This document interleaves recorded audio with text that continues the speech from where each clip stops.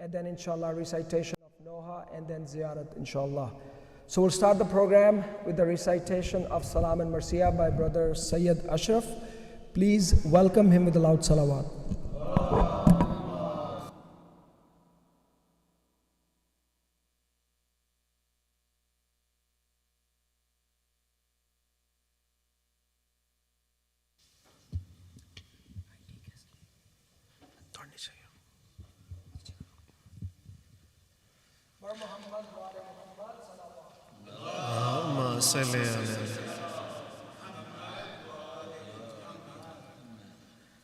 جناب کی شان میں چند اشعار، اس کے بعد ایک سلام۔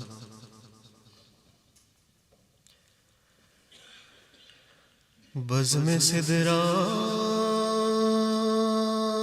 کو سجا لوں تو تیرا ذکر کروں، بزم سدرا کو سجا لوں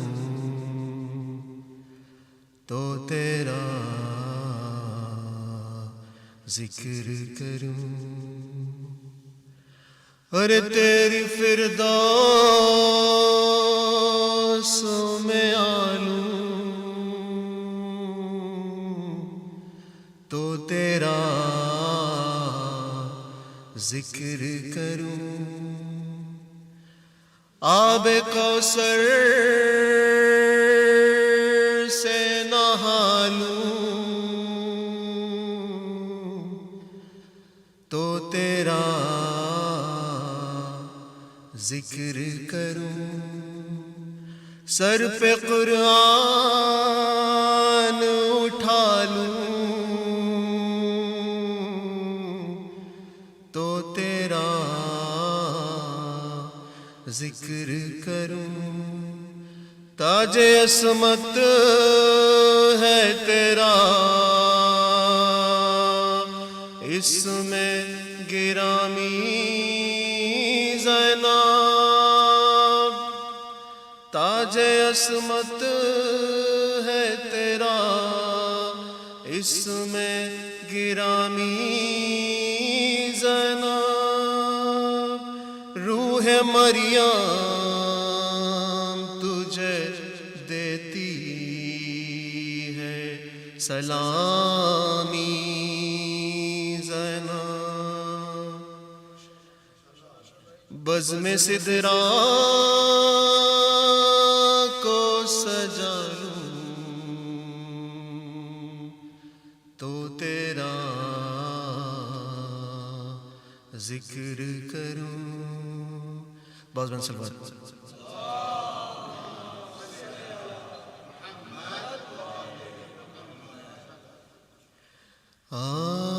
آج بھی زینب کی آتی ہے صدا بھائی حسین، آج بھی زینب کی آتی ہے صدا بھائی حسین، تیرا چہرہ تیری آنکھیں پھول کب پائی حسین، آج بھی زینب کی آتی ہے صدا بھائی حسین، آج بھی زینب کی آتی ہے صدا بھائی حسین، چلتے ناکے سے گرایا خود کو جلتی ریت پر، ہاں چلتے ناکے سے گرایا، خود کو جلتی ریت پر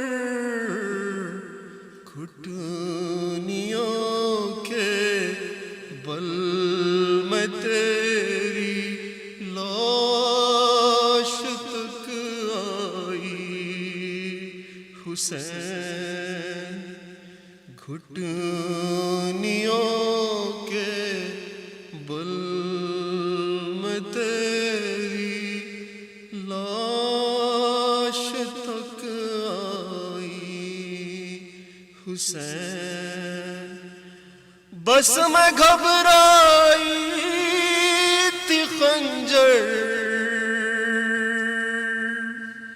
تجھ پہ چلتا دیکھ کر، ہاں بس میں گھبرائی تھی خنجر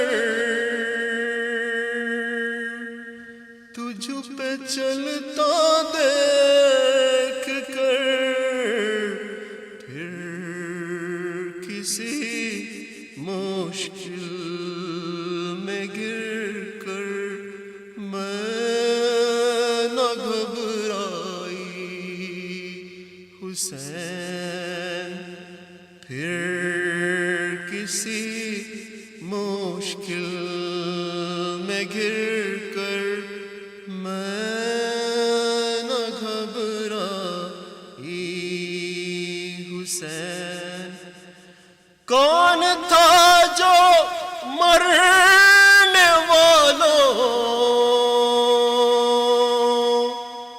میں نہیں تھا خوبرو،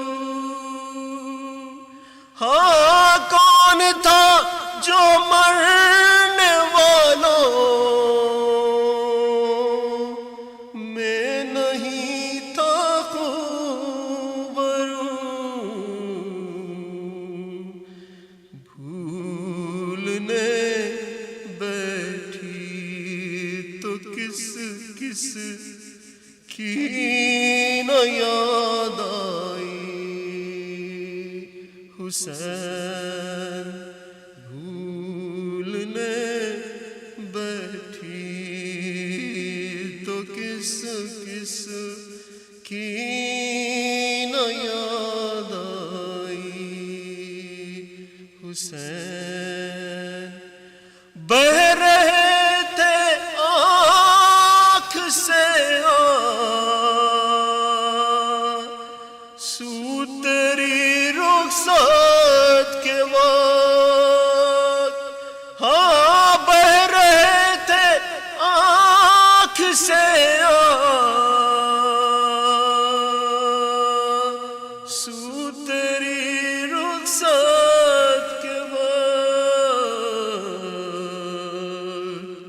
پھر کوئی آنسو نہ ٹپکا، آنکھ پتھرائی حسین، پھر کوئی آنسو نہ ٹپکا، آنکھ پتھرائی حسین، ہاتھ میں کوزے لیے سب آسماں تکتے رہے، ہاں ہاتھ میں کوزے لیے سب آسماں تکتے رہے، ابر نے ایک بوند پانی کی نہ برسائی حسین، ابر نے ایک بوند پانی کی نہ برسائی حسین، دور افتادہ سفر سے لوٹ کر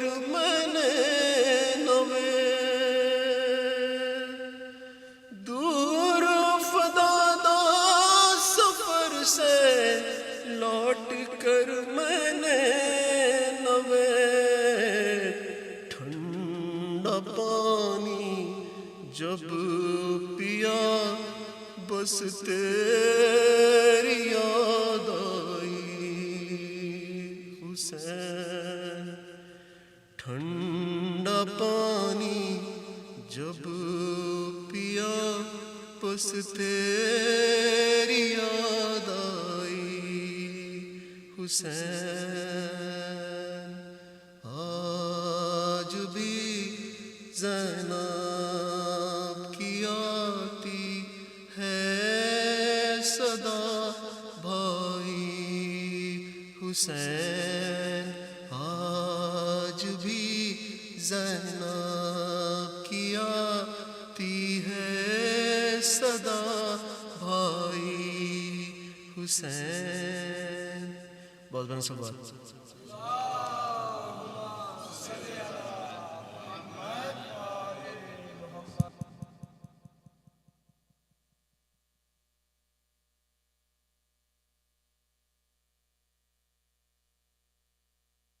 Please recite another loud salawat for Sayyid Ashraf and his family. May Bibi Sayyida Fatima Salamullah Alaiha accept his pursa. Recite a salawat for him. Allahumma salli ala Muhammad wa ali Muhammad.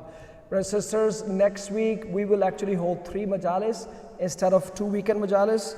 So from September 14, Thursday, which is the day of shahadat of our last prophet Muhammad sallallahu alaihi wasallam.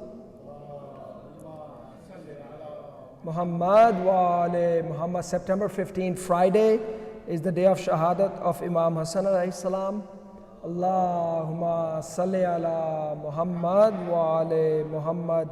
And Saturday will commemorate the shahadat of Imam Rida alayhi salam. Allahumma salli ala Muhammad wa ali Muhammad. Those 3 majalis will be addressed by our visiting scholar Hujjatul Islam Sheikh Mehdi Hazari, inshallah. As we have been mentioning throughout these months of Muharram and Safar, Arba'een Baitul Ilm Academy Sunday food drive has been going on. We have the containers located by the main entrance. You can participate with any non-perishable food or personal hygiene items. The last day to donate is September 17. Tonight's Majalis is being sponsored by the family of Brother Yaqut Rizvi. For their sehat, salamti and barakat, please recite a loud salawat. Allahumma salli ala Muhammad wa ali Muhammad. Let's recite a Surah Fatiha for the Isale Sawab of Yaqut Bhai's family and for your family as well, preceded by a loud salawat. Allahumma salli ala Muhammad wa ali Muhammad.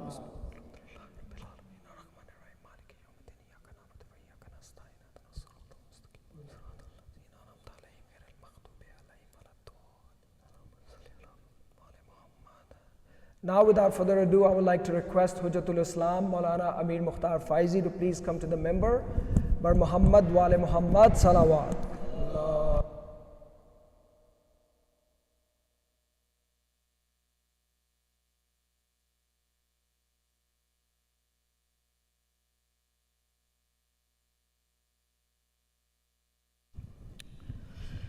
فاتحة بسم الله الرحمن الرحيم الحمد لله رب العالمين الرحمن الرحيم إياك نعبد وإياك نستعين اهدنا الصراط المستقيم صراط الذين أنعمت عليهم غير المغضوب عليهم ولا الضالين.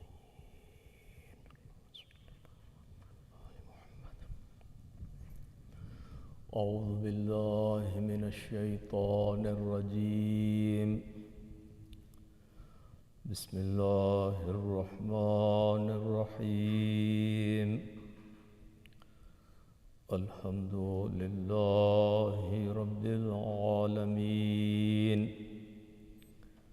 بارئ الخلائق أجمعين،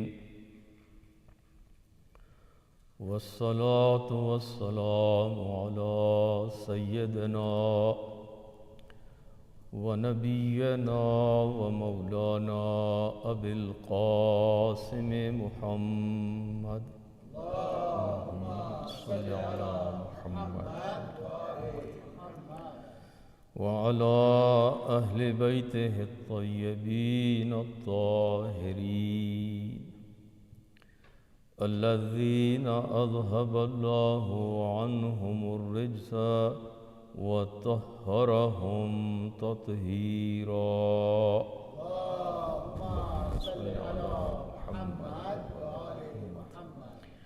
واللعنة الدائمة على أعدائهم أجمعين من الأولين والآخرين.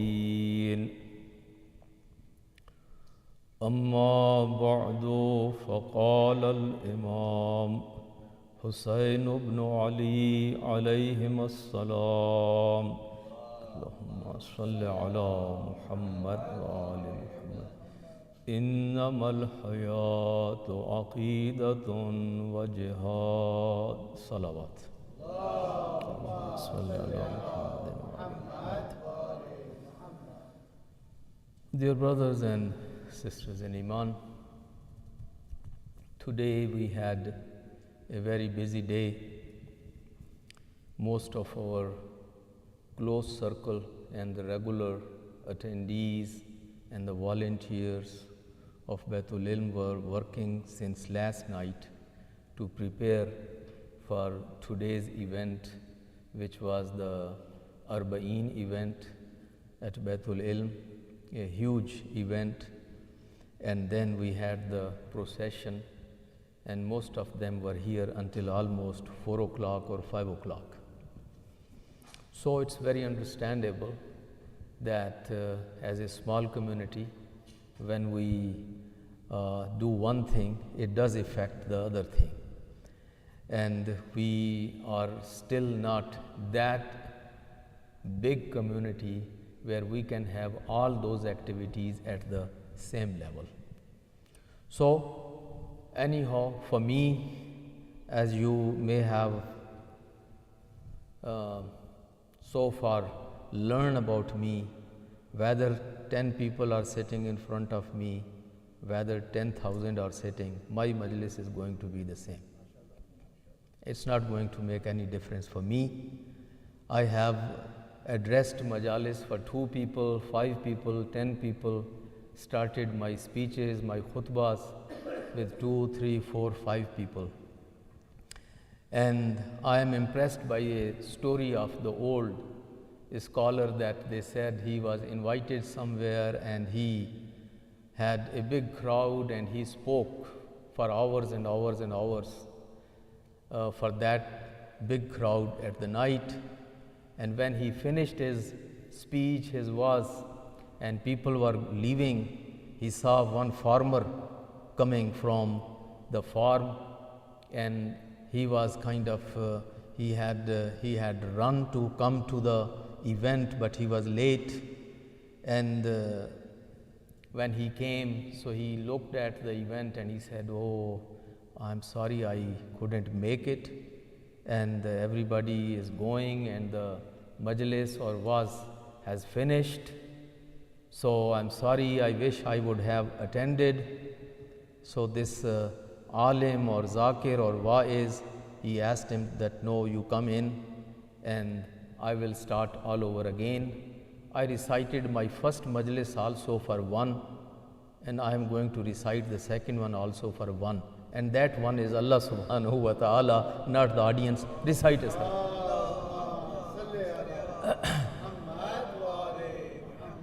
So it doesn't make any difference. We have been discussing this beautiful and very inspirational saying of our third Imam, Husayn ibn Ali alayhim as-salatu was-salam, where he said, "Innamal hayat aqidatun wa jihad." He says, in my understanding, life is name of 2 things. Any individual in this world should have these 2 things in his life. One, aqidah, and Aqidah is normally translated as belief, but here in the context of this saying, it means a mission.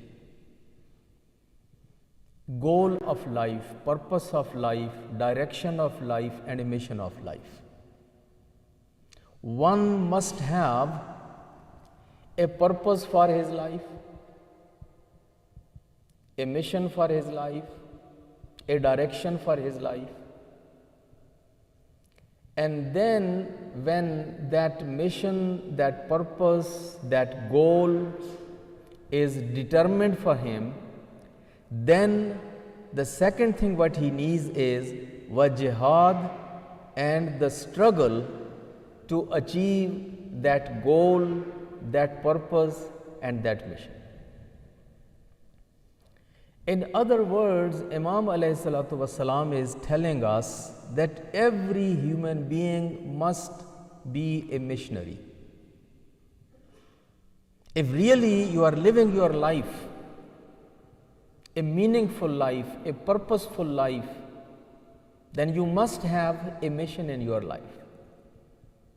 And if you don't have a mission in your life, you won't have energy, you won't have zeal, you won't be able to stick with the right and the one direction, because when you don't have, if you start driving and you don't know where you are going, you know what is going to happen. You have a car, very luxury car, and its tank is full, and you are sitting and you don't know where you are going. You don't have a goal, you don't have a direction, you don't have a destiny. So how you are going to drive and where are you going, where you will end up going. So in a life, every human being must have a destiny in mind, a goal, a mission, a purpose, a direction, and a doctrine. And then when you have that, then you must struggle. Only having a goal or destiny is not enough. If you don't struggle for it, if you don't work for it, if you don't go for it, then it's only a poetry.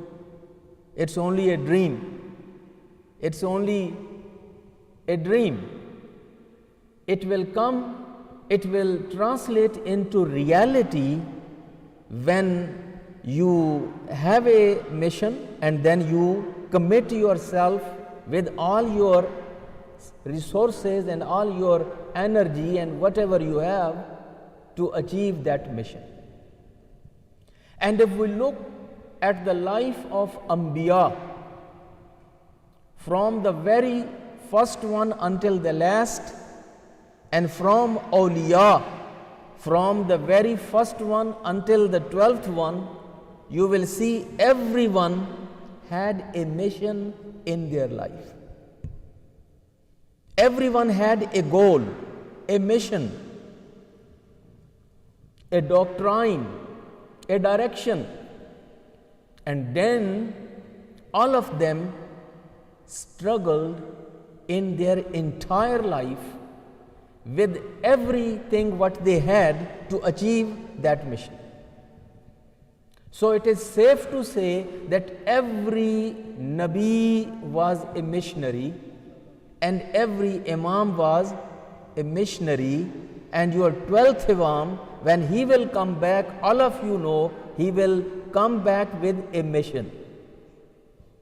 All of you talk about that, and you know his mission is Adl, to establish the just society, to establish this society and justice in the society. That is the mission of 12th Imam.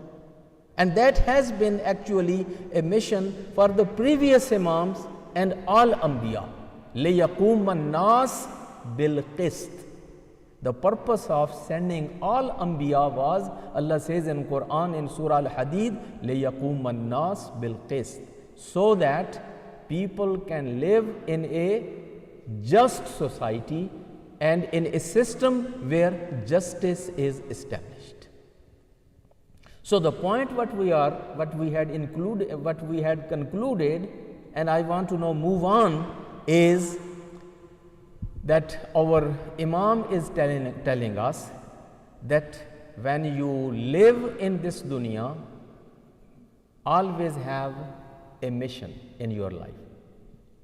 As you start a business, a company, you have a mission statement. You have a vision statement, and then you have a mission statement. You cannot run a successful company, a big company, a business without having a vision for your company and without having a mission for your company or your institution. So, our life is much more important than that company or that business or that organization or that institution which we build, and we have a vision and we have a mission.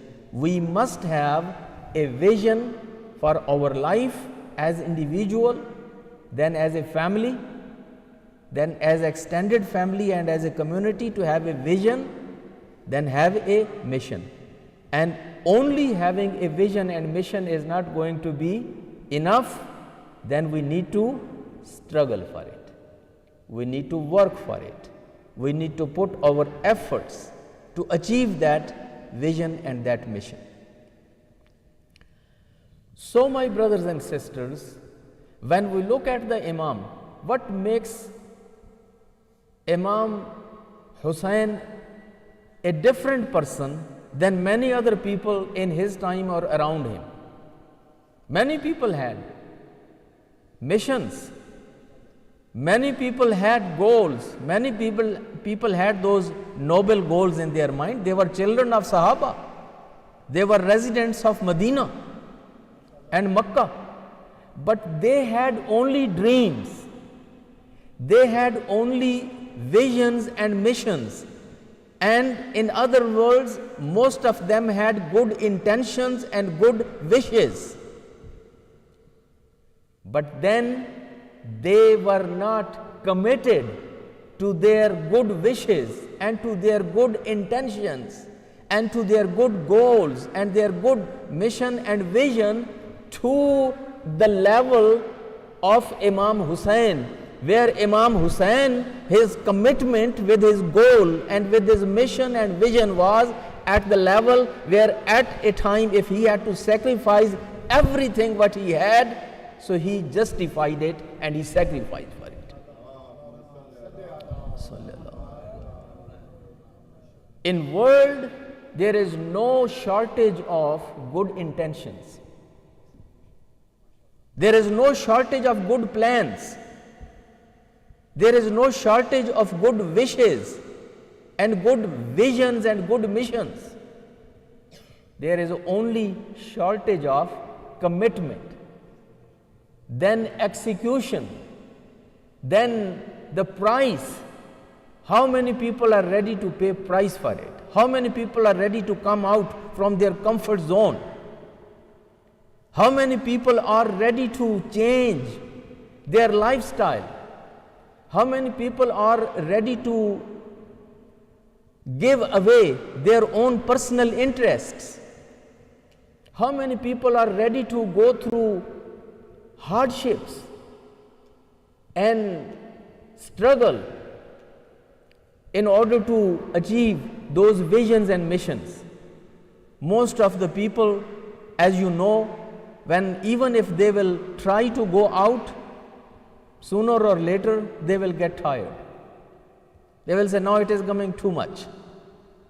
It is not too much. Only a Nabi can do that. Only a Wali can do that. Only Marja Taqleed can do it. Only our Maulana should do it. Only my grandfather can do it. Only my father can do. Only he can do. Only she can do.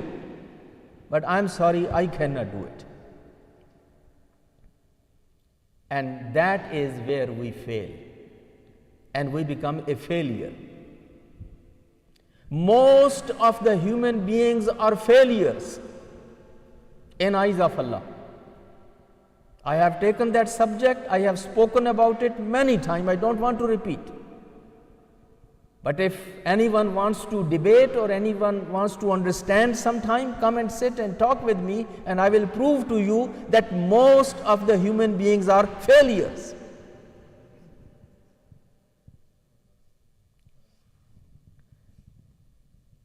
And it's not only that Allah is saying it, Quran, when people retire and when they become old and when they sit on the wheelchair and when they are bedridden and when they are in hospital for longer periods of time, in the end, most of them at that time they become depressed, and most of them they begin feeling that they have wasted their life, they have wasted their resources, they have wasted whatever they had, and now they are leaving this world and they are going empty hand and they don't know where they are going, and they are scared and they are afraid and they are depressed. It happens one day. Matter of fact, I had seen a study a few months ago, even BBC website had it, that they have come up with this research that a person at his dying moments, in the end of his life, he ends up somehow looking at his entire life. Somehow, when a person reaches to death, at that time he sees or she sees on his entire life, like a very fast kind of what you call video or a film or documentary. And he or she sees from where he or she began and what he or she has gone through and where he or she is ending. And that makes that person extremely depressed. Unless if this person is one of those that Allah talks about that person in Surah Al-Fajr, the last ayat, Ya ayyatuhan nafsul mutma'inna irji'i ila rabbiki radiyatan mardiyah fadkhuli fi ibadi wadkhuli jannati.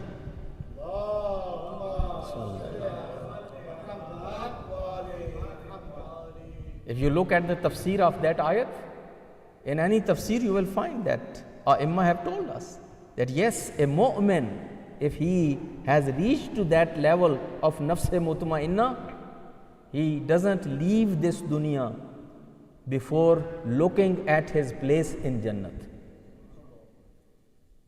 He doesn't leave this dunya. Matter of fact, the riwayat says that in some riwayat it's mentioned the messenger of Allah and Imam Ali, these two individuals coming and giving this basharat to mu'min and welcoming him.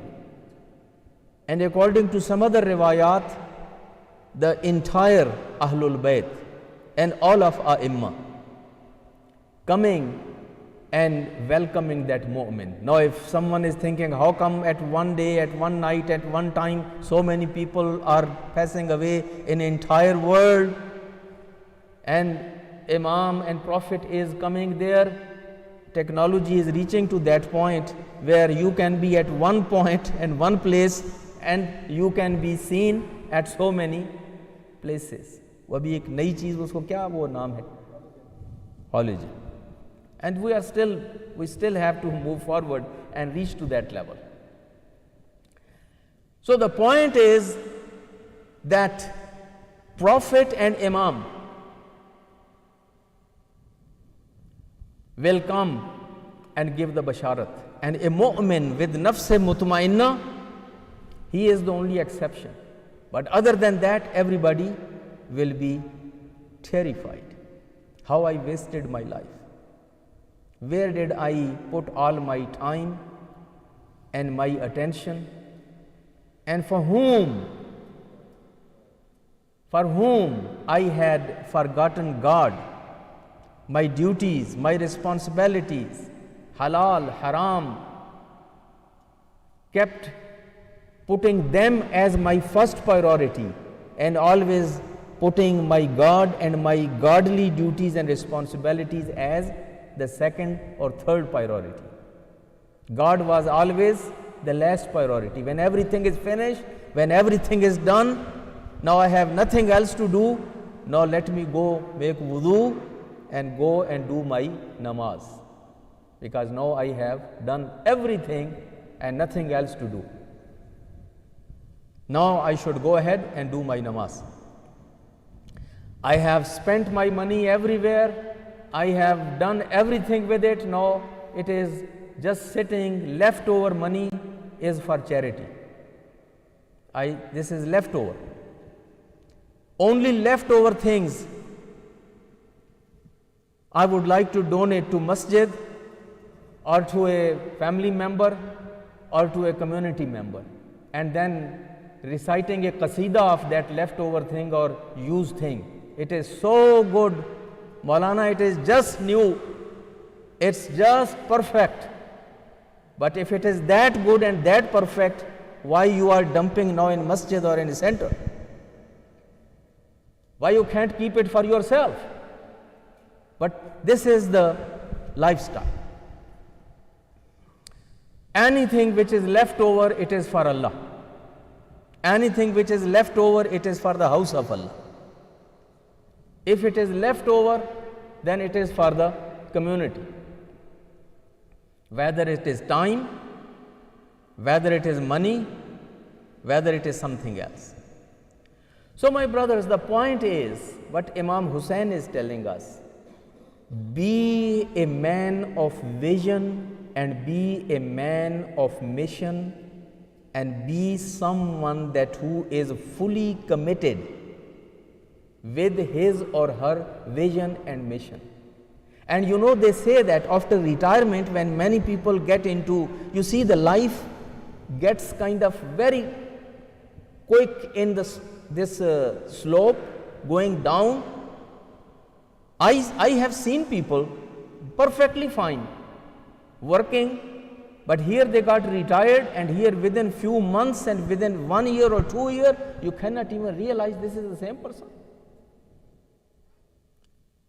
Because you thought the purpose of your life was your career. You lived for your career for 50, 60 years. Your purpose was to just raise your children. Now they are all Jawan, they are raised. Your purpose, you were living to get them married. They got married. Your purpose was to pay off your house. You paid it. Your purpose was to have this much fund in your retirement. You have it.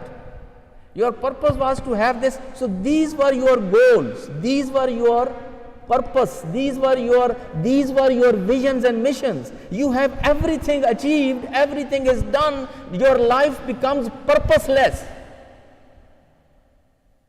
You lose your self-worth. You see that now nobody needs you. You have no masraf. Nobody listens to you. Nobody pays attention to you anymore. Your own wife is all with grandchildren and with daughters and your sons. Every time parcel here, parcel there. Hardly you see her. Your own children, they abandon you. They are busy in their own life. They are busy in their own things. They will come and say, Salam, Papa and Daddy, goodbye, good night, good morning, good night. But then other than that, they don't have any time for you. You are a boring person. Their dreams are different. Their what you call the plans are different. Activities are different. They consider themselves a different generation. A different kind of generation. They don't enjoy your company, and they live in their own world, and you old men are now in basement or in your room and sitting and waiting when your wife will return, or when for example, these children will come back and they will spend some time to you. So the thing is that entire life The purpose were materialistic and small purpose. Very tiny, very small purpose, very small goals. All those goals are achieved. And when goals are achieved, person feels kind of down. There is a beautiful saying of Imam Ali. I want to change the subject, but Imam says the whole charm and the interest and the energy and the interest and this charm is until you have not achieved it. But when you got it, you lose all the charm. For someone whom you were dying, now becomes a boring person, becomes a routine person.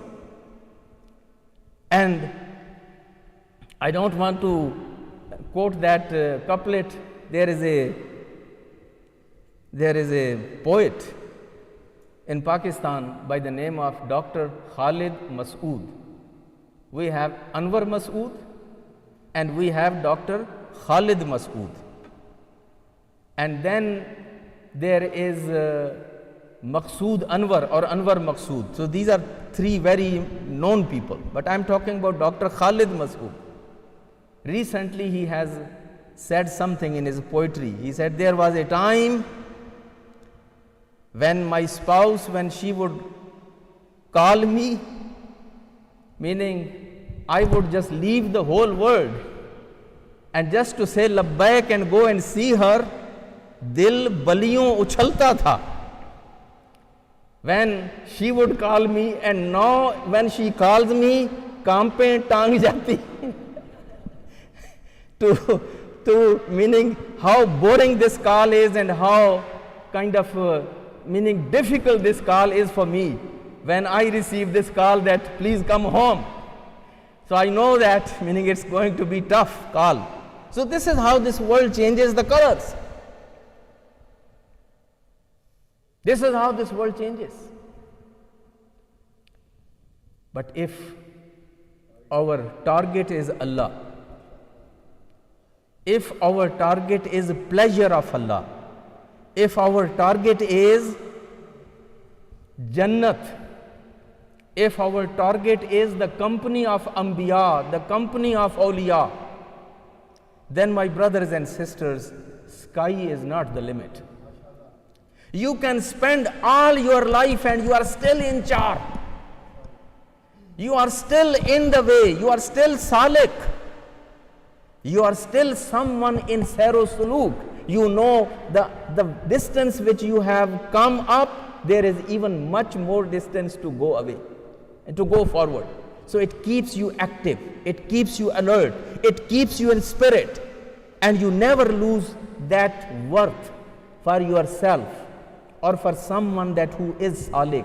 So that is why, my brothers and sisters, these materialistic goals, even if you have a goal of becoming a billionaire, is not that big goal.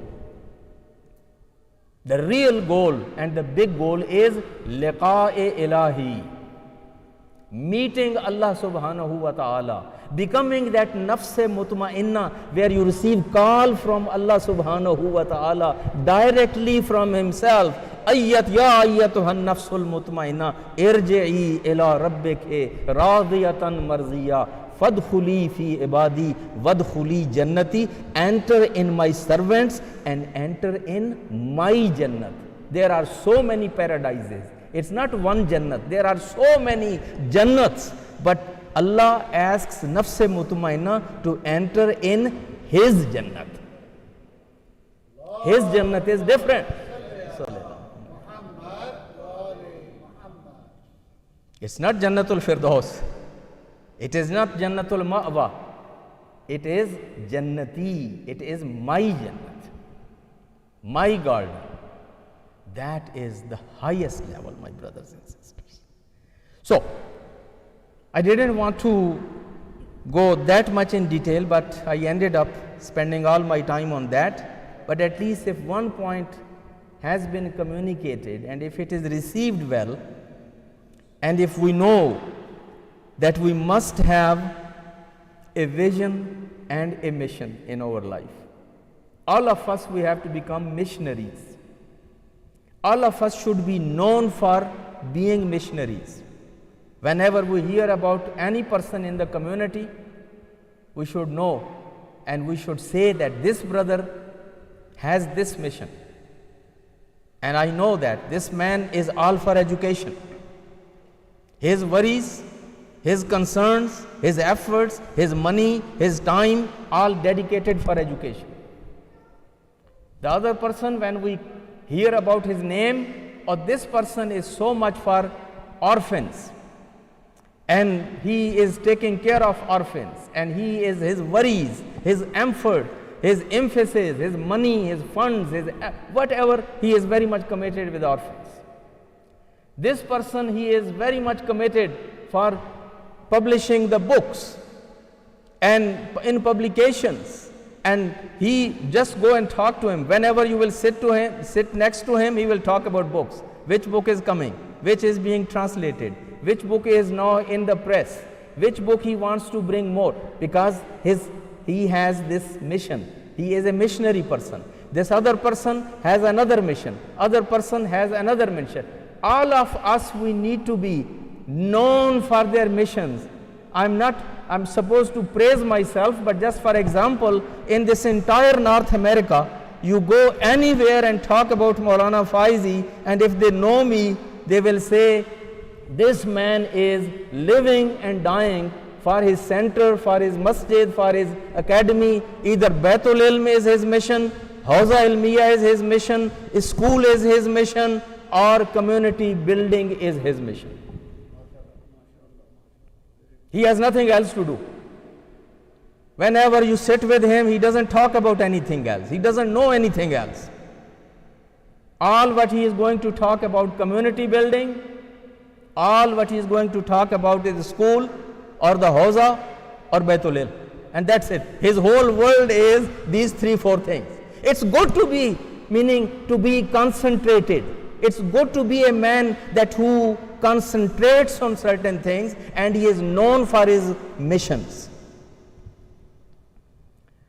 That is what we learn from Imam Hussain. And the last thing what I would like to say here, these majalis and this azadari of Imam Hussain is basically to motivate us to come and join the mission of Imam Hussain. There is only this one item, 1 point agenda of this azadari. Why do we do azadari? Azadari is very important institution, and this is established by Masumeen. It is established by Ahlul Bayt and highly emphasized institution.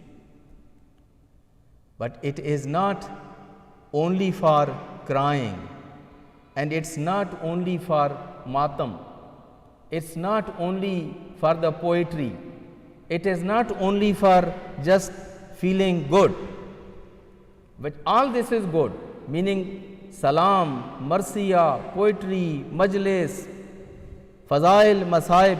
I am not against of any of those. Matter of fact, all of those are part of azadari. No doubt about it. But my brothers and sisters, the problem is when we think that azadari is only for marsiya, salam, and this feeling good of, and then having the matam and noha, and then just going through those few lines of fazail and masaib, and then tabarruk, and then just go home. That is wastage of the potential of this precious institution of Imam Hussain. Spending entire life, we come, when we started coming in Majalis, when we were in the lap of our mother. When we were in lap of our mother, we came holding the finger of our father in Majalis. I remember how I was used to sit. I don't remember that how my mother was bringing me in the Majlis, but I remember that how I was used to come with my father. in Majlis and how I was used to sit next to him. And now I am in my mid-60s. So at least I remember the 50 years of Azadari just in my own memory. Some of you are older than me. You may remember the 60 or 70 years of Azadari. But my brothers and sisters, how much this institution of Azadari has changed in last 40-50 years. I can sometime explain to you that how Mufti Jafar Hussain, how Allama Hafiz Kifayat Hussain, how Allama Rashid Turabi, and how people of that time was used to recite the Majlis, how the other Zakireen would recite the Majlis, and what was the environment of Majlis, what kind of tabarruk we were used to receive, and how respectfully that tabarruk was really tabarruk. ایک دانا بھی اس کا اگر نیچے گر جاتا تھا تو جیسے خاک شفا گر گئی، اس کو اٹھا کے چوما جاتا تھا. تبرک was so precious and so holy. People would line up to receive that little تبرک. چنے کے دانے، کشمش، مکھانے، you know those little things, paratha, kebab later on, but that was the Barak. People were not used to buy the suits from designers. محرم منانے کے لیے نئے سوٹ پچھلے سال پہنے تھے، اب نئے سال کے نئے suit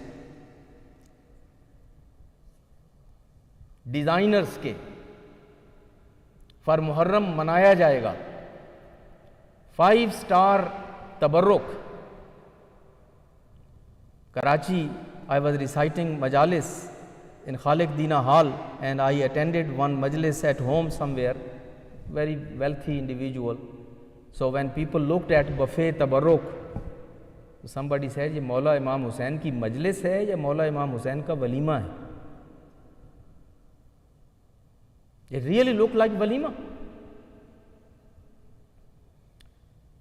So Majlis, its tabarruk, libas, and then the alim or zakir, ulama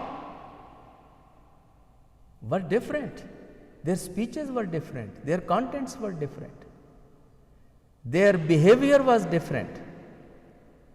Their style was different. And now, after every sentence, پتہ نہیں مجمع ہے یا نہیں، پتہ نہیں لوگ بیٹھے ہیں یا نہیں بیٹھے، پتہ نہیں میں نے یہ کیا بات کہہ دی، سارا مجمع سن نہیں رہا، ہر جملے کے اوپر کیا جملہ ہے، پتہ نہیں لوگ بیٹھے ہیں یا نہیں، اور پھر لوگ کھڑے ہو جاتے ہیں، واہ واہ واہ سبحان اللہ سبحان اللہ سبحان اللہ، پھر ایک جملہ کہا، پھر پتہ نہیں ہائے میں نے کیا کہہ دیا، پتہ نہیں لوگ بیٹھے ہیں یا نہیں بیٹھے. بھائی تم اندھے ہو، تم نہیں دیکھ رہے تمہارے سامنے کہ لوگ بیٹھے ہیں یا نہیں بیٹھے؟ اور توجہ توجہ توجہ کے اوپر اتنا زور کہ جیسے بھائی الو کے پٹھے بیٹھے ہیں تمہارے سامنے. یہ گھر سے چلے آئے اتنا ڈرائیو کر کے تمہارے سامنے بیٹھے سن رہے ہیں، اور پھر اس کے اوپر توجہ توجہ توجہ توجہ. اور تم کون سا فلسفہ پڑھ رہے ہو کہ جو ان کو سمجھ میں نہیں آ رہا؟ تم فارسی بول رہے ہو. بٹ مائی بردرز، یہ مجلس اکھاڑا بنا دی گئی، مجلس کو مشاعرے میں تبدیل کر دیا گیا، اور چیپ مشاعرہ انڈیا والا، جس میں وہ گانے کی طرزوں پہ وہ کھڑے ہو کے جو شاعر گا کے پڑھتے ہیں. تو مجلس کو آپ نے ایک مقدس ماحول کو ایک مشاعرے میں بدل دیا. اور اگر کوئی آدمی صرف سبحان اللہ کہے، الحمدللہ ماشاء اللہ، یا کوئی، تو اس پہ تو راضی نہیں ہے نا، وہ جب تک کھڑے ہو کے داد لگے پورا زور لگا کے. یہ بھی ہوتا ہے مطالبہ کہ پورا زور لگا کے. भाई कितना कोई जोर लगाए और कितनी बार जोर लगाए, पूरा घंटा उसको जोर लगाना पड़ेगा और बार बार तुम्हारी हर लाइन पे और हर लफ्ज पे जोर लगा के। और मजाल है कि कोई इन लोगों को जाके समझाए, इनको कन्फ्रंट करे या उनको कहे कि भाई तुम दफा हो जाओ, हमें तुम्हारी कोई जरूरत नहीं है। उल्टा हमें आके कहते हैं इसको बुलाओ, उसको बुलाओ, फलाने को बुलाओ, फलाने को बुलाओ। Because when they will come the crowd will come, they are crowd pullers, entertainers. My brothers and sisters, Zikr Hussain is not for entertainment. The purpose of Majalis is to educate people and then to inspire people and motivate people to come and join the mission of Imam Hussain and to prepare themselves to join and welcome the Imam of our time, Imam of our age.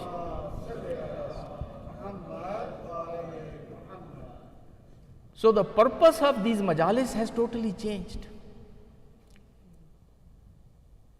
People want us to be, अब मैं क्या कहूँ, मुझे नाम लेना पड़ता है, शहर के किसी दूसरे इमाम बाड़े का नाम लेके फिर हमें कहेंगे वहाँ तो ये होता है, आपके यहाँ ये नहीं होता, यानी आप वो जो कुछ कर रहे हैं आप ज़रा उससे भी दुगना करें। और भाई अगर हमने वही करना था तो फिर हमने अलग से बैतुल इल्म क्यों बनाना था? If we wanted to do the same what they are doing over there, then why did we spend millions of dollars here?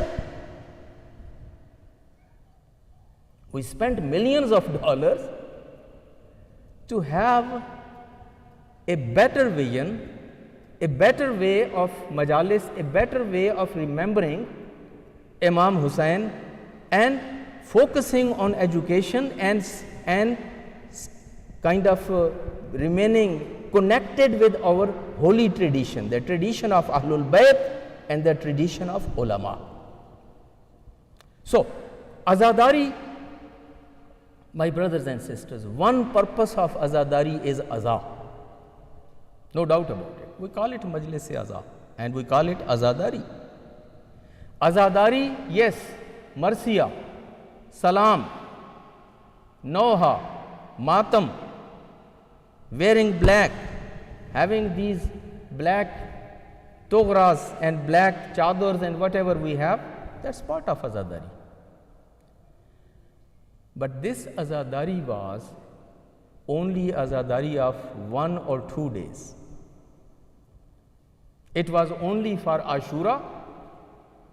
Later on they added Tasu'a, the 9th of Muharram. Then they added 8th of Muharram. And then they added from 1st of Muharram until the 10th of Muharram. This was the 10 days, is the days of Azah. Matam, Marsiya, Noha, Sogwari, meaning you just name it. These were the days of Imam Hussain. These were the days of Sogwari, mourning and azadari.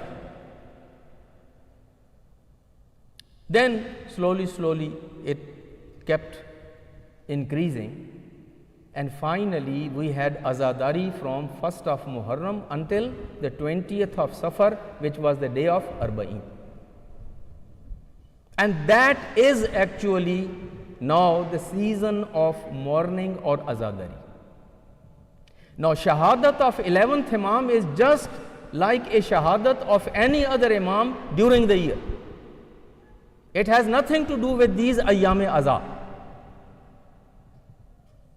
As 8th Imam, as 9th Imam, as 10th Imam, as 5th Imam, as 6th Imam, as any other those Imams, they were martyred and we hold their majlis for that particular day, for 1 day or 2 days, but we don't start connecting it with Muharram and Safar. जिन लोगों का रिज़्क रोज़ी इसमें है, they want to keep expanding it. They want to keep expanding because this is their rizq roti. They want to have one more weekend, they want to have one more majlis, they want to have one more weekend, one more majlis. और जब मौलाना किसी को call करके कह दें तो वो बेचारा जो अंजुमन का सेक्रेटरी होता है या सदर होता है, उसके हाथ पाँव ही फूल जाते हैं। तब मैं मौलाना को तो ना नहीं कर सकता। अब मौलाना खुद कह रहे हैं, तशरीफ़ ला रहे हैं हमारे पास मजलिस पढ़ने के लिए। तो इसीलिए मैंने अपने सेंटर वालों को बचाया हुआ है कि प्रोग्राम डायरेक्टर से कहा हुआ है कि भाई ये शोबा तुम मेरे ऊपर छोड़ दो, जिस मौलाना को कॉल करना है ना वो मुझे कॉल करे। तो जब मेरे साथ कॉल करेंगे तो मैं खुद उनसे बात कर लूँगा। But this is not something which you guys can handle. तो मजालिस जो हैं आज़ादारी की, पहली मुहर्रम से 20 सफ़र तक, अयाम अज़ा 20 सफ़र पे ख़त्म हो गए। 21 सफ़र, 22 सफ़र, उसके बाद आगे जितना भी 28 सफ़र को शहादत है। और बाय द वे पैगंबर की शहादत नहीं है, पैगंबर की वफ़ात है। मैं हर दफ़ा करेक्शन करता हूँ, फिर ऐलान करते वक्त वो शहादत कह देते हैं। पैगंबर की वफ़ात है एंड देन इमाम हसन मुजतबा एंड इमाम रज़ा अलैहिस्सलातु वस्सलाम की शहादत है। एक सलावत पढ़िए बाबा।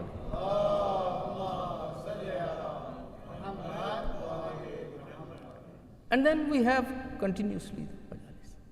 So, but one purpose, one message of Azadari, that is Aza, mourning, Matam, Marsiya, yes. But this Azadari is not only for that. Azadari is actually promoting that mission of Imam Hussain. And what was Imam Hussain doing? Imam Hussain was doing Islah. He was bringing a reform in the ummah of his grandfather. He was connecting people with their Lord. He was connecting people with their prophet, with their messenger. He was standing against dictatorship, against zulm, against oppression, against all those, that violence and discrimination and all those evils.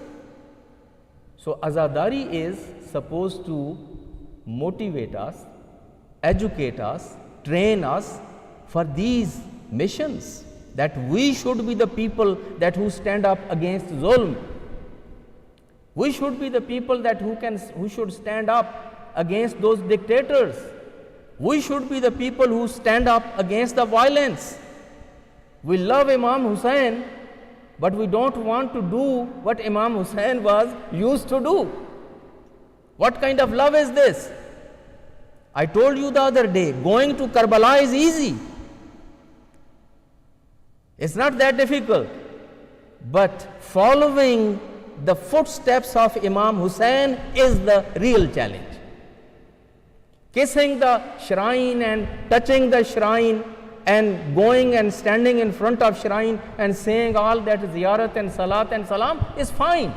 But that's not a big deal, my brothers and sisters. Anybody can do it. And I told you yesterday that if Ibn Ziyad and Yazid would not stand between Imam Hussain and between the people, even at that day, millions of people would come and stand with Imam Hussain. 18,000 people had done bayat to Muslim bin Aqil.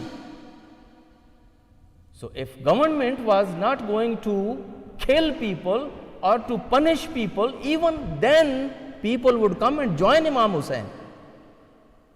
And don't be fooled with this 22 millions.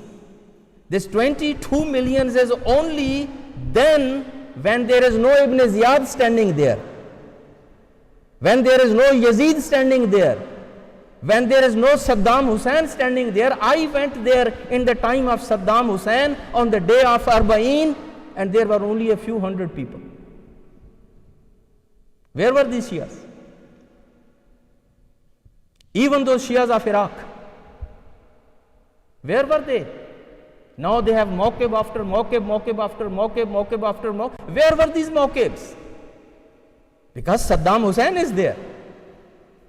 So this is a fan group, my brothers and sisters. These are all fans of Imam Hussain.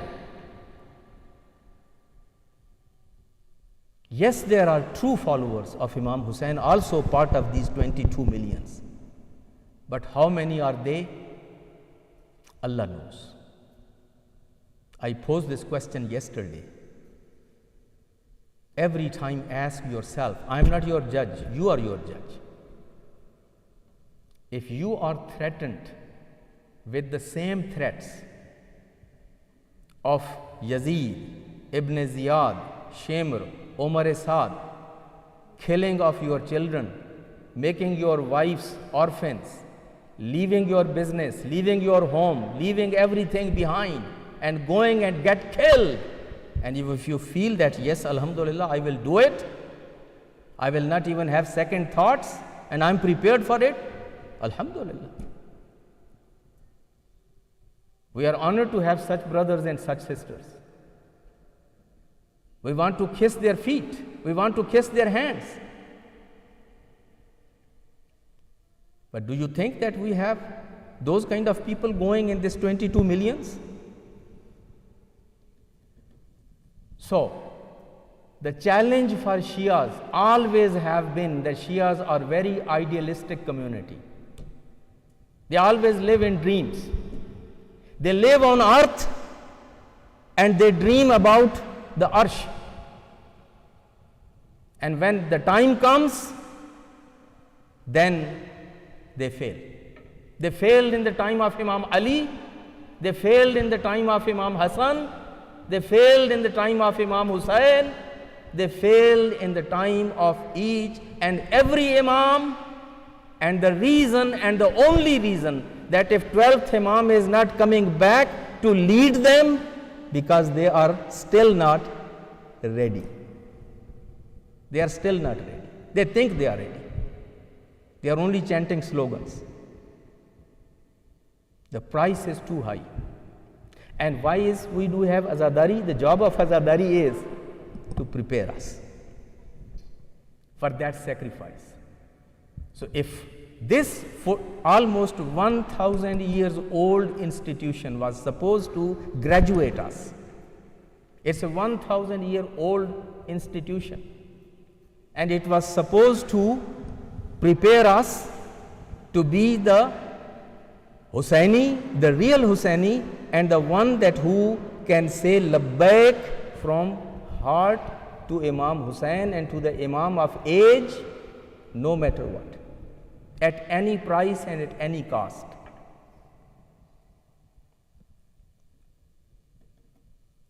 So, Azadari is to educate, to inspire, to motivate, to prepare people for that challenge. Because challenge is coming. Our 12th Imam is waiting for us.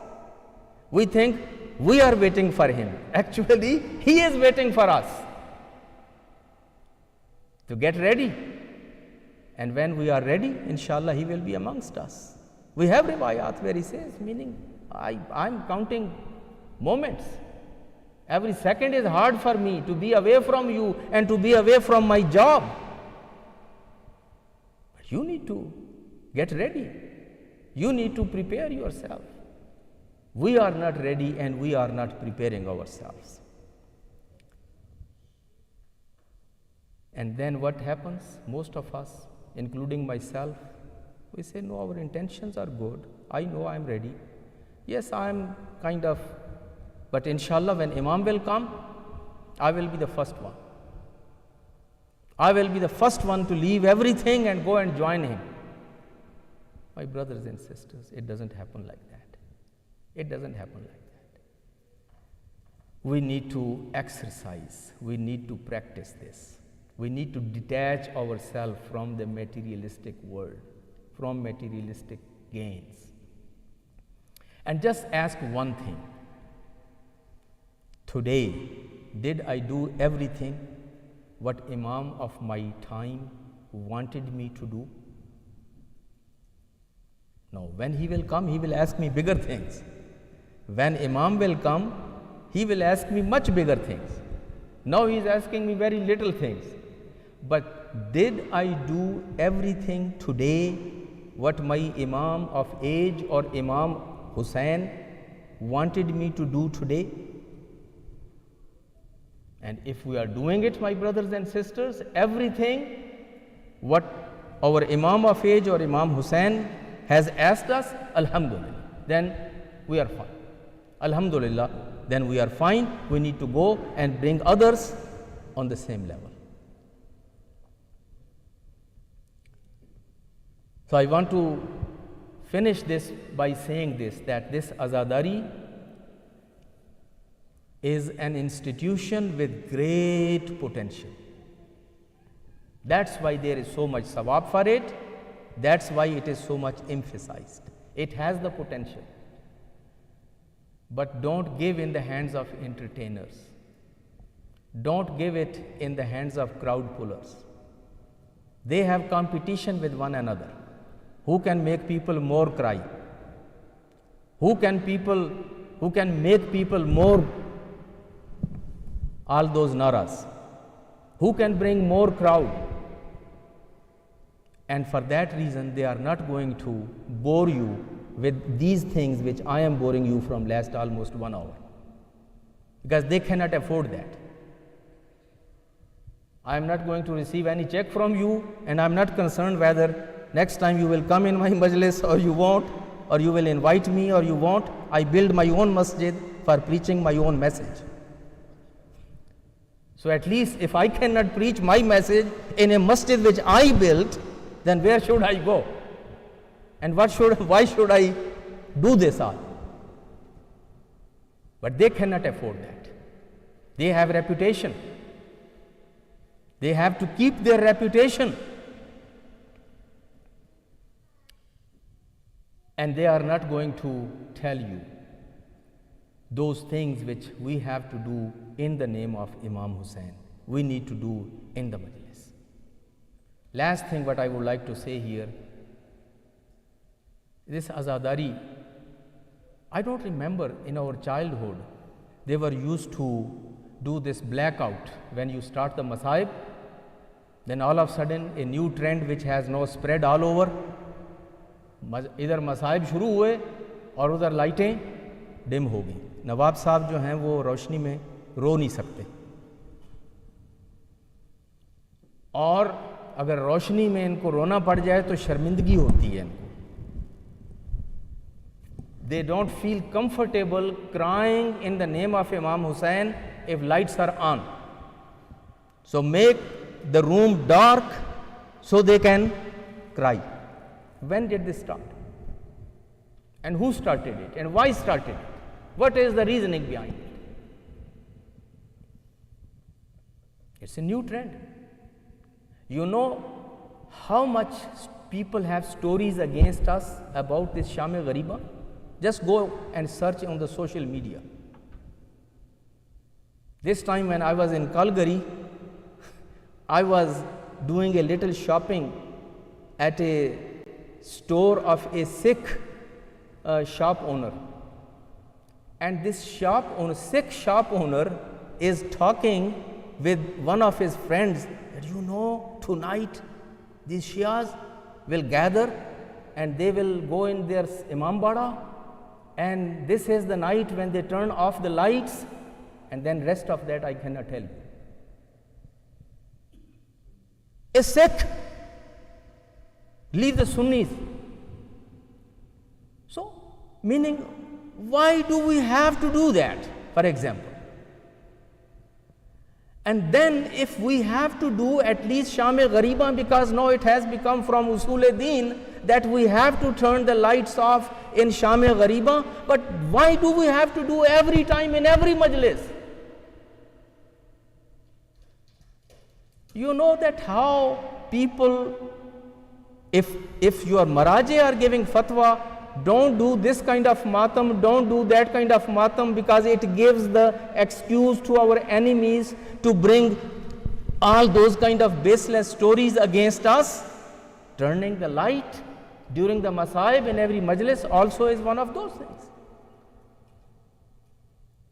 And my brothers and sisters, this is a Western culture which tells you that be strong men and don't shed the tears, while our Prophet was the man that who would shed the tear more than anybody else, being the strongest man. Sometimes people objected, Ya Rasulullah, are you crying? We never cry on these things. Rasulullah said, I am a Nabi, I am Rahmatun lil Alameen, I have riqqat qalb, my heart is soft, I am a loving man, I have compassion, I have passion. Yes, I am crying. Imam Ali, Janabe Sayyida, so much so that she has to make Baitul Huzn. She was crying and people were complaining, and then Imam Ali had to make a Baitul Huzn for her. How much Imam Hussain cried on the day of Karbala in daylight after shahadat of every shaheed. Imam alayhi salatu wasalam is going there and crying for every shaheed and then lifting his body and bringing to the maqtal. Imam said, no, I'm a strong man, I don't want to shed tears, I don't want to cry. This is something which we have to break, this taboo. Crying for Imam Hussain or crying for any tragedy, my brothers and sisters, it is not only that women cry, men also cry if they are proper human beings. If they have heart, human heart, if they have those human feelings, they do cry. And again, everybody doesn't have to cry every day and every time and in every majlis and in every masai. It doesn't happen with everyone. Sometime it happens and sometime it doesn't. No problem. Ayatollah Khamenei spoke about it. He told these Zakireen and these people that why do you insist everyone to cry and cry and cry loud every time when you recite for them? People sometimes cry and sometimes they don't. So it's okay. But I'm just give you one example, turning off this light. There are new trends and new trends and new trends and new trends. We should question those trends. We should look into from where it is coming, why it is coming, what impact it will have. So, this crying, we speak about Imam Hussain. Do you think anybody is stronger than Imam Hussain? To my understanding, Imam Hussain was the strongest man to hold this Ali Asghar on his hands. A baby, just like a bird. Have you seen a bird? If you have shot a bird or if somebody has shot a bird and if you have seen that bird, this is how Ali Asghar is on the hands of Imam Hussain. Ali Akbar, 19 years old, young son, blood is gushing out. Imam goes, Imam cries. Imam cried for Qasim, Imam cried for On, Muhammad, Hur, Habib, Zuhair, Saeed, everyone. And Imam has been crying. And then this lady, Sayyida Zainab, the strongest lady which we can think of, Ummul Masaib, Sharikatul Husayn. She didn't say that I am not going to cry in street, I am not going to cry in court, I am not going to cry in front of Ibn Ziyad, I am not going to cry in front of Yazid, I am not going to cry in front of these people of Medina. She cried everywhere and she made actually everyone to cry. She made everyone to cry when she cried. So crying publicly, crying in front of others, crying loudly or quietly is all fine. And there is no need to turn off the lights for that.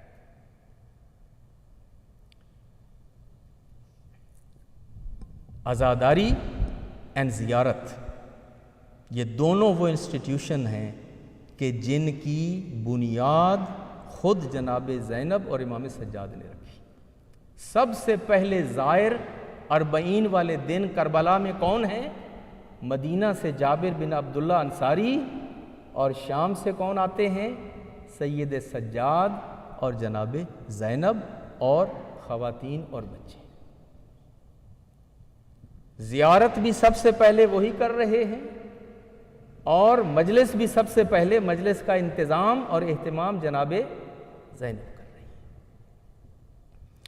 اور جب یزید نے کہا تھا نا سید سجاد کو بلا کے کہ اب میں تمہیں رہا کرتا ہوں اور جاؤ پھوپھی سے بات کر کے بتاؤ کہ یہاں رہنا چاہتے ہو، مدینہ جانا چاہتے ہو، جہاں جانا چاہتے ہو، جب آئے تو پھوپھی سے سوال کیا، سیدہ زینب رو پڑی، کہا میرے بیٹے ان بدبختوں نے ہمیں جی بھر کے رونے نہیں دیا تھا، ہم روتے تھے یہ تازیانہ مارتے تھے، ان سے کہو کہ ہم چلے جائیں گے اور ہم واپس مدینہ ہی جائیں گے، لیکن 3 دن کے لیے ہمیں کوئی جگہ دی جائے جہاں پہ ہم ایک مجلس کا انتظام کریں، جہاں پہ ہم جی بھر کے اپنے شہیدوں کو روئیں اور ان کا ماتم کریں۔ ایک جگہ دے دی گئی اور اس میں شام کی عورتیں بھی آئیں اور قریش کی وہ عورتیں جو وہاں رہتی تھیں وہ آئیں، اور جناب زینب سلام اللہ علیہا بانی بنی مجلس کی، سید سجاد خود ذاکر بنے اس مجلس کے، اور یہ مجلس شام میں ہوئی۔ ایک شرط کہا، دوسری شرط ہماری یہ ہے کہ جب ہمارے خیموں کو لوٹا گیا تھا تو ہمارے پاس کچھ تبرکات تھے، کچھ شہیدوں کی نشانیاں تھیں، ہمیں ہماری وہ شہیدوں کی نشانیاں واپس کی جائیں۔ کہا وہ کیا چیزیں تھیں، ہمیں ان کی آپ لسٹ دے دیں، ہم اس کے بدلے میں آپ کو پیسے دے دیتے ہیں، ان چیزوں کو کیا کیجئے گا؟ کہا نہیں، جو چیزیں ہماری لوٹی گئی ہیں تم ان کی قیمت ادا نہیں کر سکتے۔ فاطمہ کے ہاتھ سے بنایا ہوا کرتا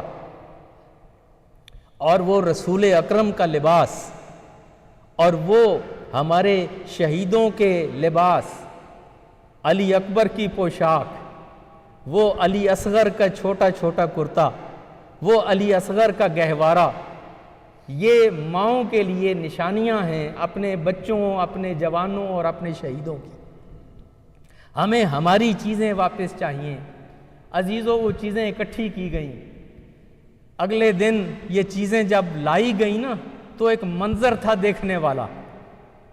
جب علی اصغر کا وہ چھوٹا سا کرتا رباب کے ہاتھوں میں آیا، اب بچہ تو نہیں ہے لیکن بچے کا کرتا ہے جو ماں نے سینے سے لگایا ہوا ہے، ایسے ہی سینے سے لگایا ہوا ہے جیسے خود علی اصغر پلٹ کے آ گئے۔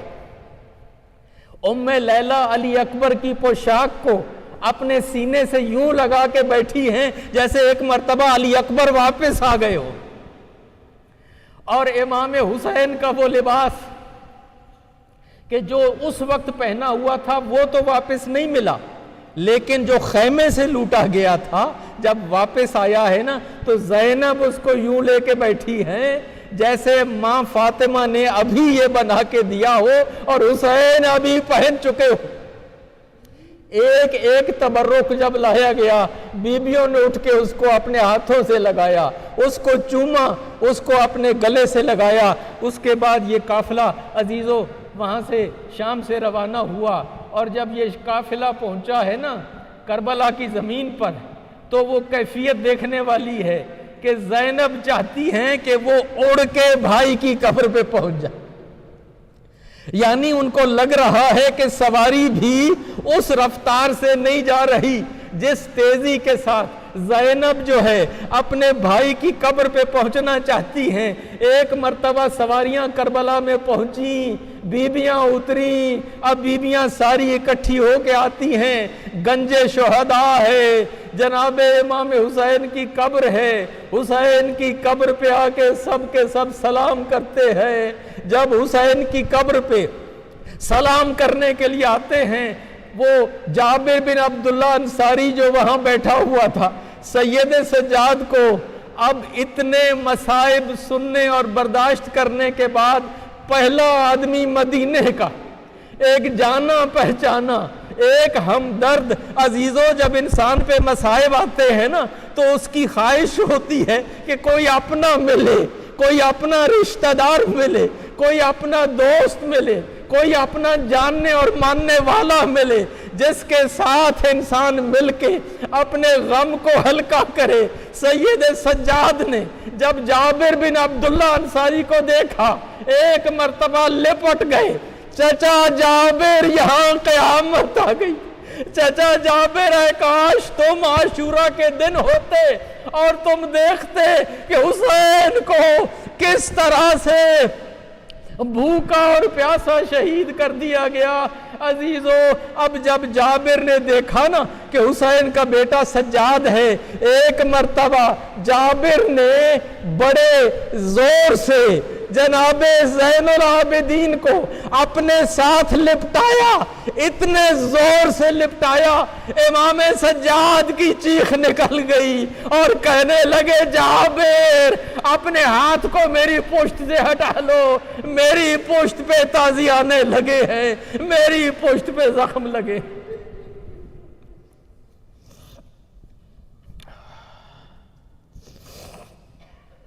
اللہ لعنت اللہ علی قوم الظالمین وسیعلم الذین ظلموا ای منقلب ینقلبون۔ پروردگار ہماری اس قلیل سی عبادت کو قبول و منظور فرما۔ پروردگار بانیان مجلس اور حاضرین مجلس کی اس عبادت کو اپنی بارگاہ میں قبول و منظور فرما۔ پروردگار بانیان مجلس کے مرحومین اور تمام حاضرین کے مرحومین کی مغفرت فرما، ان کے درجات کو بلند فرما، ان کو جوار محمد و آل محمد میں جگہ عطا فرما۔ پروردگار ہمیں توفیق عطا فرما کہ ہم صحیح معنوں میں امام حسین کی اتباع کر سکیں اور ان کے اسوہ حسنہ کو فالو کر سکیں۔ پروردگار ہماری نیتوں کو خالص فرما، ہمارے عمل کو خالص فرما۔ پروردگار ہمیں اپنے وقت کے امام کو راضی اور خوشنود ہونے کی ہمت عطا فرما۔ ہمارے وقت کے امام کو ہم سے راضی و خوشنود فرما اور ان کا جلد ظہور فرما۔ بحق محمد و آل محمد ماتم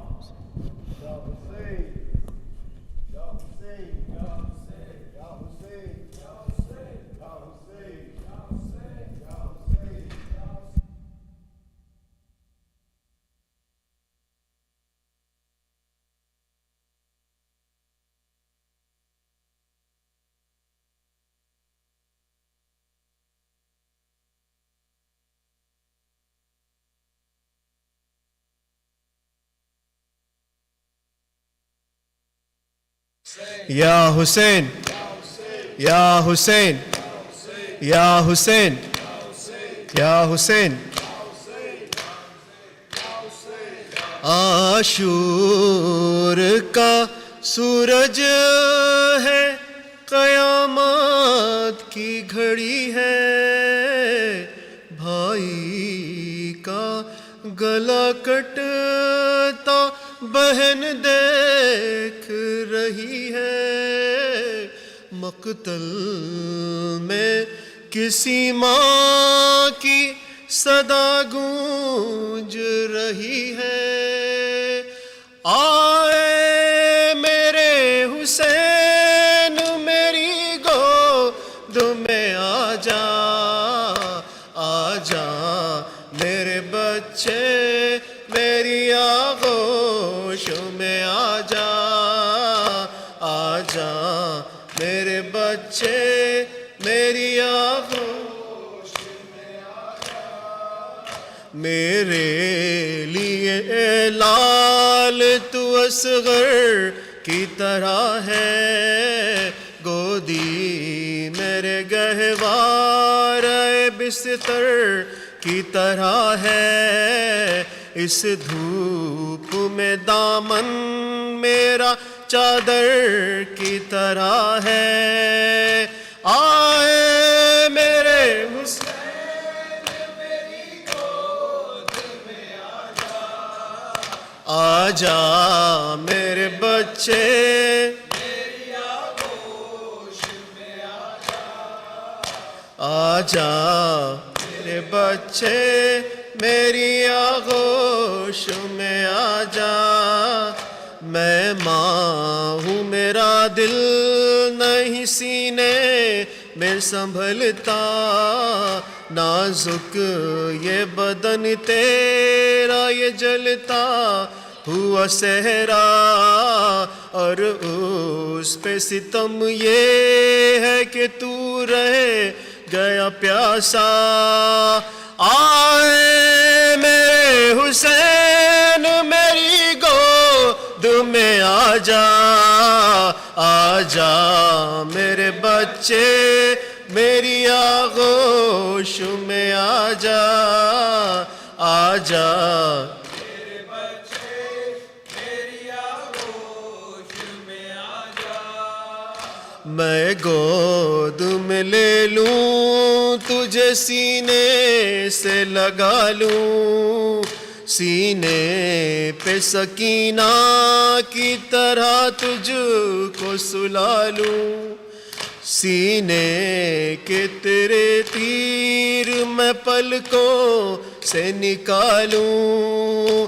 آئے میرے حسین میری گود میں آجا، آجا میرے بچے میری آغوش میں آجا، آجا میرے بچے میری آغوش میں آجا، آ کر میرے زانوں پہ سے جو جاتے تھے بیٹا، چکی کی مشقت پہ بھی پہلو نہیں بدلا، اب کیسے تجھے چھوڑ دوں مقتل میں اکیلا۔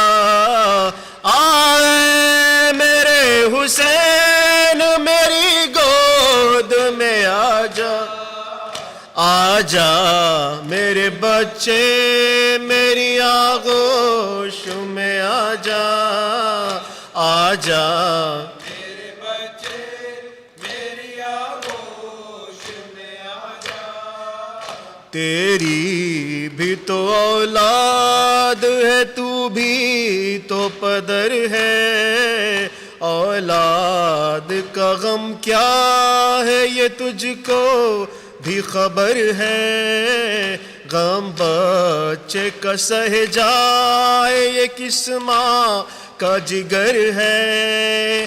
آئے میرے حسین میری گود میں آجا، آجا میرے بچے میری آغوش میں آجا، آجا میرے بچے میری آغوش میں آجا، کیوں لیٹ گیا تھا کہ تو اس جلتی زمین پر، یہ کس کا لہو تو نے ملا روح ہنسی پر، مت خاک پہ سو لال تیری ماں ہے یہیں پر۔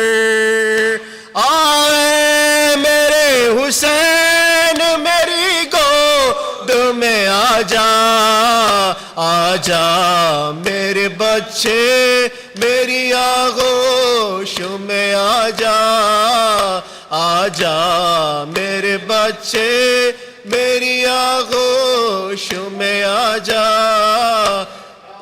یا حسین حسین یا حسین حسین یا حسین یا حسین یا حسین یا حسین یا حسین یا حسین یا حسین۔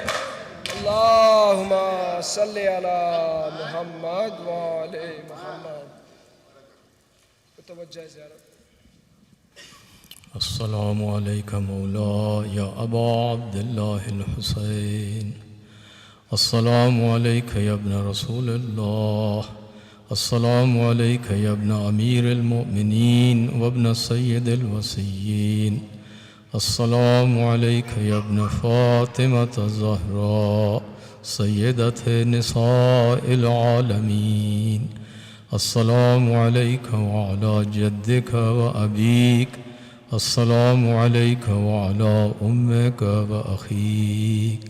السلام على الحسين وعلى علي بن الحسين وعلى أولاد الحسين وعلى أصحاب الحسين. السلام عليكم جميعا ورحمة الله وبركاته.